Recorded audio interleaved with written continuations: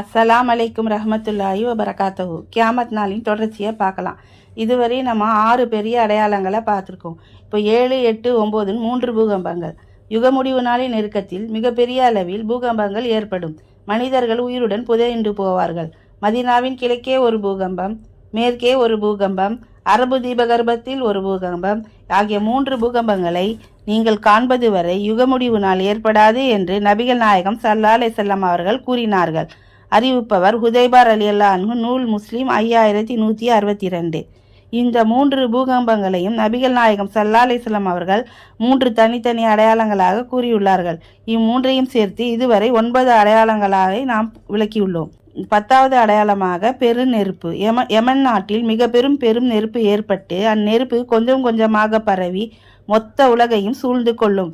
யாராலும் அணைக்க முடியாத அந்த நெருப்பு பரவ ஆரம்பித்ததும் மக்கள் தத்தமது ஊரை காலி செய்துவிட்டு ஓட ஆரம்பிப்பார்கள்.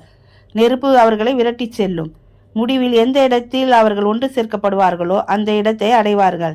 யமனிலிருந்து ஒரு நெருப்பு தோன்றி மக்களை அவர்களது மகஷரின் பால் விரட்டி செல்லும். அதுவரை கியாமத் நாள் ஏற்படாது என்று நபிகள் நாயகம் ஸல்லல்லாஹு அலைஹி வஸல்லம் அவர்கள் கூறினார்கள். அறிவிப்பவர் ஹுதைபா ரலியல்லாஹு அன்ஹு, நூல் முஸ்லிம் 5162.